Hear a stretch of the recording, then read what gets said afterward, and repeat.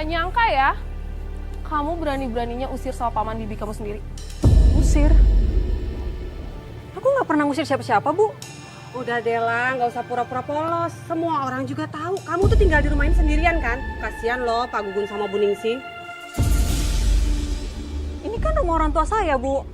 Saya cuma Apa? Rumah ini itu udah dititipin sama mereka sejak lama. Dan sekarang kamu datang nuduh gitu aja. Itu namanya kamu anak durhaka, tau gak? Nggak apa-apa, Bu. Biarin aja orang mau ngomong apa. Kalau dia nggak anggap kami keluarga, ya nggak apa-apa. Suka-suka dia aja, Bu. jangan so drama dong di depan ibu-ibu ini. Jangan puter balikin fakta, Bi. Justru di sini aku yang difitnah. Kamu jangan kurang ajar ya. Selama ini itu bibi kamu yang udah ngerawat rumah ini sama orang tua kamu. Kamu mau jadi anak yang gak tahu diri, iya? Udah Dela, mendingan kamu pergi aja deh dari rumah sini. Kamu tuh nggak pantas tinggal di rumah ini.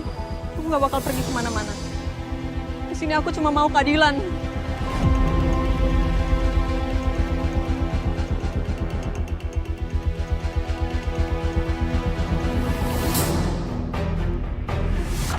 Saya sebenarnya nggak nyangka kalau Lala sekejam ini.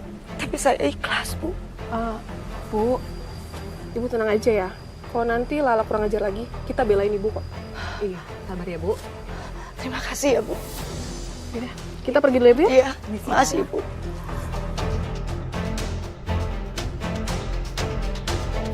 Awalnya cuma perasaan gak enak aja, Mbak. Tapi makin lama, saya makin banyak menemui hal-hal aneh di rumah itu. Mbak bisa jelasin lebih detail nggak? Yang Mbak maksud dengan hal aneh tuh seperti apa?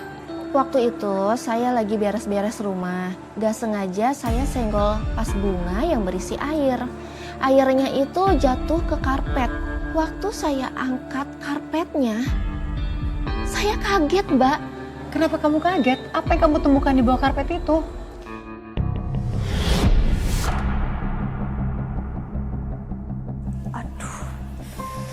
Tumpah lagi. Ntar aku jemur dulu kali ya.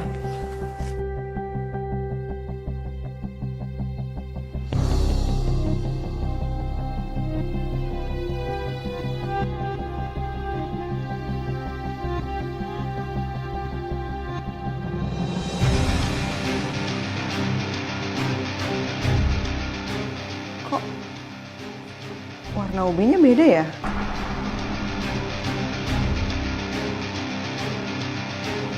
Sempat pecah terus diganti ya? Udah, kamu nggak usah urusin itu. Lebih baik kamu bantu Mamang ke belakangnya. Karena ini- banyak barang yang harus dibuang. Karpetnya basah tadi, aku ketumpahan. Udah, nggak apa-apa. Biarin aja. Ini nggak penting. Kamu bantu Mamang ya. Ya.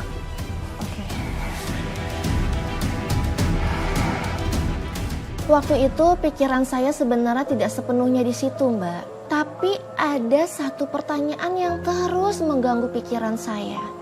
Apa yang sebenarnya disembunyikan di bawah ubin itu? Dan kenapa tiba-tiba Mang Gugun datang pas banget di saat saya mau menyentuh ubin itu, Mbak? Apakah Mbak merasa bahwa paman Mbak itu memantau gerak-gerik Mbak pada saat itu? Awalnya sih saya pikir belum yakin ya, Mbak. Tapi setelah saya pikir-pikir lagi, sepertinya iya. Dia seperti tahu kalau saya akan menemukan sesuatu di bawah ubin itu. Dan pada saat itu apakah Mbak sudah mulai curiga? Atau masih berpikiran positif? Awalnya saya pikir itu cuma kebetulan, Mbak. Tapi saya lihat dari raut wajahnya, dia langsung mengalihkan perhatian saya seperti alarm, Mbak. Maksudnya Mbak, alarm apa? Belakangan ini saya sadar, Mbak. Mamang saya itu seperti menutupi sesuatu yang busuk.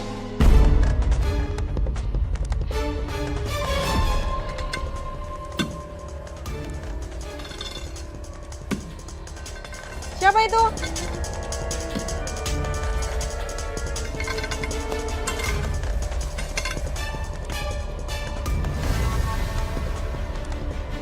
Jangan deket-deket.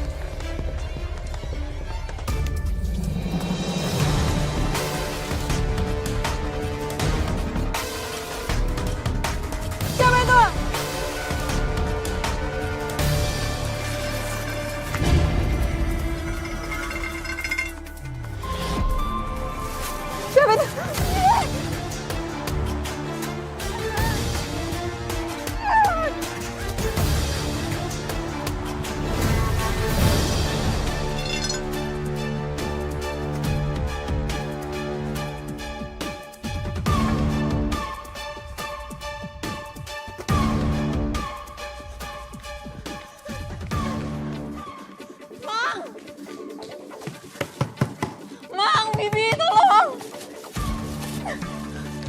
Ada apa, La? Kenapa kamu ketakutan seperti ini? Ada yang ngikutin aku, itu dia di situ. Dia Ngikutin bawa kamu? linggis. Iya, Siapa, La? Siapa yang ngikutin kamu? Siapa? Di mana, La? di situ. Dia bawa linggis, Mang. Tapi nggak ada, La. Mungkin karena kamu panik, jadi kamu berhalusinasi, La. Udah tenang. Aku nggak mungkin halusinasi, Mang. Aku lihat sendiri jelas-jelas dia ada di situ. Dia bawa linggis. Sudahlah.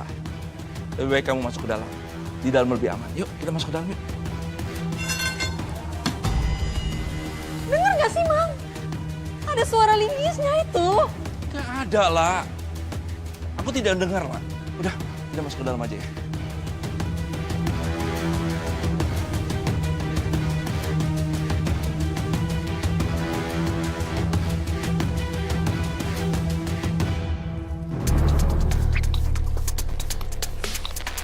Lala, ngapain kamu keluar malam-malam? Hanya untuk beli mie instan? Aku cuma pengen cari udara segar aja sih di luar rumah, Bang. Oh iya, Bibi mana ya? Aku pengen nanyain soal Magicom, soalnya tadi aku mau masak nasi tapi nggak nyala. Kayaknya rusak deh. Bibi kamu lagi istirahat. Kayaknya dia kurang enak badan ya. Ngapain kamu cari Bibi malam-malam? Itu bibi kamu, aku salah. Ternyata dia ada di dapur. Maaf, Pi, tadi aku cuma pengen masak aja sih, soalnya Magicomnya nggak nyala. Kayaknya rusak deh. Oh gitu. Bi, kok Bibi bau amis banget sih?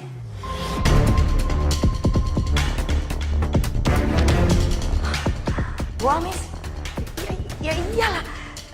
Kan Bibi habis dari dapur. Masa lupa sama aroma dapur?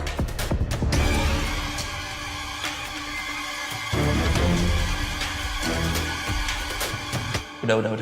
Nggak usah ribut. Ini udah malam. Lebih baik kamu masak mie instan kamu itu.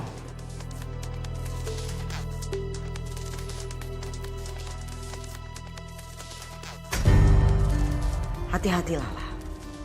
Kadang hal-hal baik yang kamu cari bisa nyeret kita ke tempat yang gak bisa balik.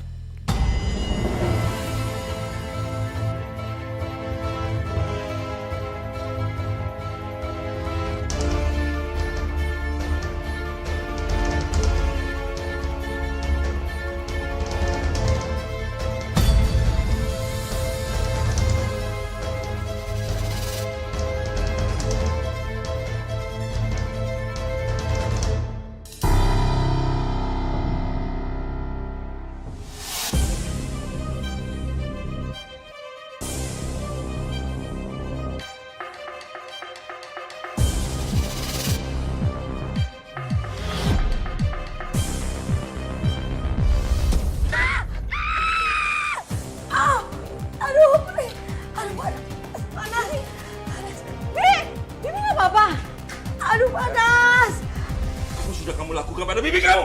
Aku nggak tahu. Tadi aku cuma nyiapin mie instan doang. Terus tiba-tiba tangannya Bibi itu aku nggak tahu beneran. Tangannya Bibi. Nggak apa-apa. Aduh, panas. Saya beneran gak tahu Mbak, siapa yang dorong bibi saya malam itu. Tangannya langsung tersiram air panas. Jadi Mbak, itu tuh sebenarnya tuh kecelakaan atau kamu memang menyentuh bibi kamu itu? Sama sekali enggak. Dan saya tidak tahu kalau bibi saya ternyata berdiri di belakang saya. Pas saya nengok, tiba-tiba bibi saya sudah terjatuh. Ya, tapi saya yang disalahkan. Dan reaksi paman kamu seperti apa Mbak? Bagaimana ketika dia melihat istrinya luka seperti itu? Dia langsung marah besar sama saya Mbak. Dia sama sekali tidak memberikan saya kesempatan untuk menjelaskan apa-apa. Dia langsung menuduh saya menyakiti bibi saya. Dan habis itu saya langsung diusir dari rumah. Hah? Kamu yang diusir dari rumah itu? Iya Mbak. Dia langsung tarik saya, seret saya keluar rumah. Waktu paman saya seret saya keluar rumah Mbak, saya merasa seperti ada hal yang aneh. Hal yang aneh apa Mbak? Keluar!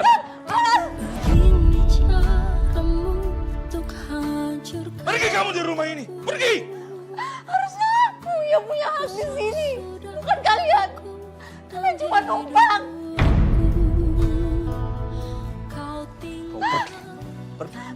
Kamu pergi dari sini! Pergi!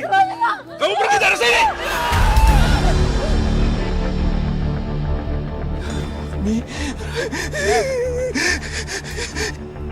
Mang!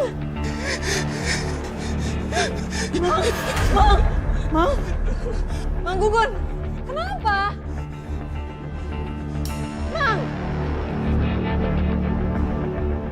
Mang! Mang Gugun, kenapa?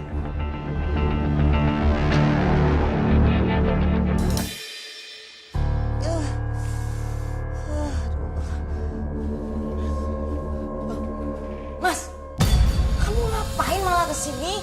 Harusnya kamu usir anak setan itu. Mas, tunggu apa lagi? Kamu udah lihat kan? Nih, lihat. Dia udah bikin tangan aku kayak begini. Lihat ini. Kamu tahu gak? Waktu aku seret Lara keluar, mukanya berubah. Berubah gimana? Berubah menjadi Ratmi. Aku yakin itu Ratmi. Ratmi? Wajahnya Lala itu berubah menjadi wajah Ratmi. Sama persis ketika Ratmi mati malam itu. Aku curiga. Jangan-jangan yang dorong aku di dapur itu arwahnya Ratmi. Kurang ajar.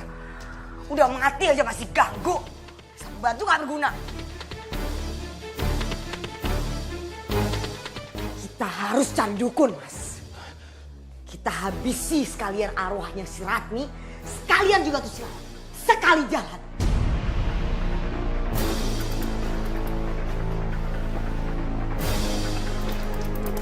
Waktu saya diusir, saya cuma bisa pasrah, Mbak.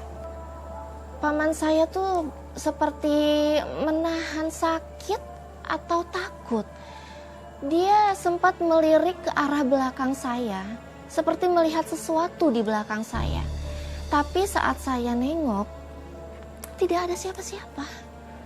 Lalu Mbak setelah itu? Hal yang paling aneh terjadi, Mbak. Apa itu Mbak? Tiba-tiba saja saya muntah. Tapi bukan muntah biasa, Mbak.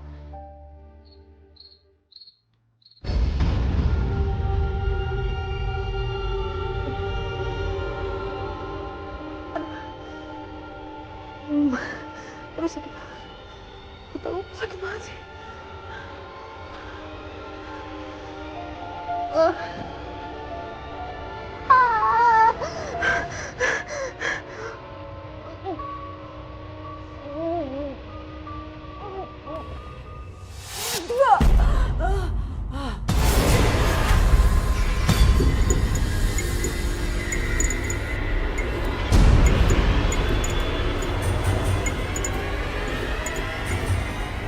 La, kalau kamu diganggu hal aneh, banyakin zikir ya. Baca ayat kursi.